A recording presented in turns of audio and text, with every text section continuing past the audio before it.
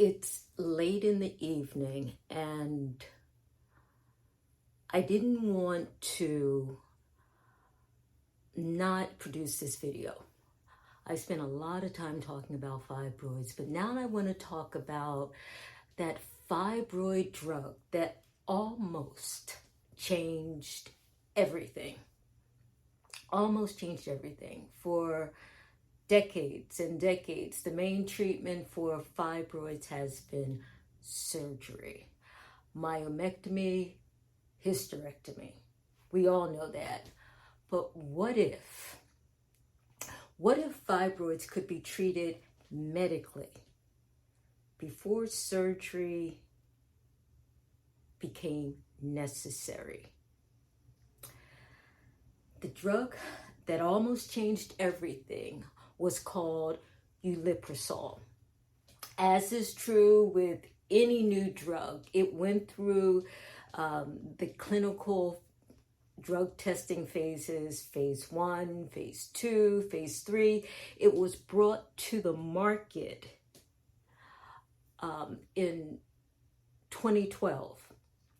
When it came to the market, it was being used primarily as a pre-surgical treatment for symptomatic fibroids.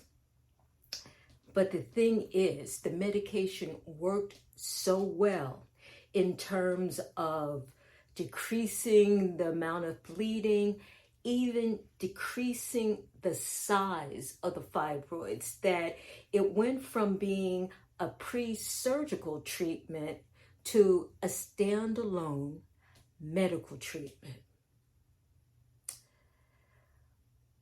eliminating the necessity for surgery.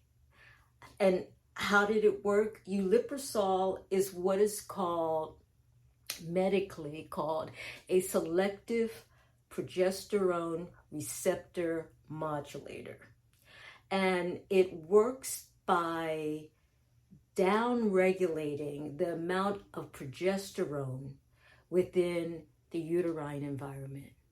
And that's a very simplistic description, but it reduces the amount of progesterone within the uterine environment. And as a result of that, what was seen was a decrease in the size of the fibroids, a decrease in the amount of bleeding caused by the fibroids. So in 2012, it was introduced as a pre-surgical treatment. By 2015, it was being used as a standalone medical treatment. It was actively being prescribed in the countries in the EU and also in Canada. However, this is what happened in 2017. There were reports of women developing liver damage and fulminant hepatitis after use of uliprisol. Now, there weren't a lot of cases, but the concern was taken seriously and the use of uliprisol was restricted. This resulted in a decline, and eventually all the marketing for this drug as a medical treatment for fibroids was withdrawn. The US, the FDA never approved uliprisol treatment for fibroids. So it was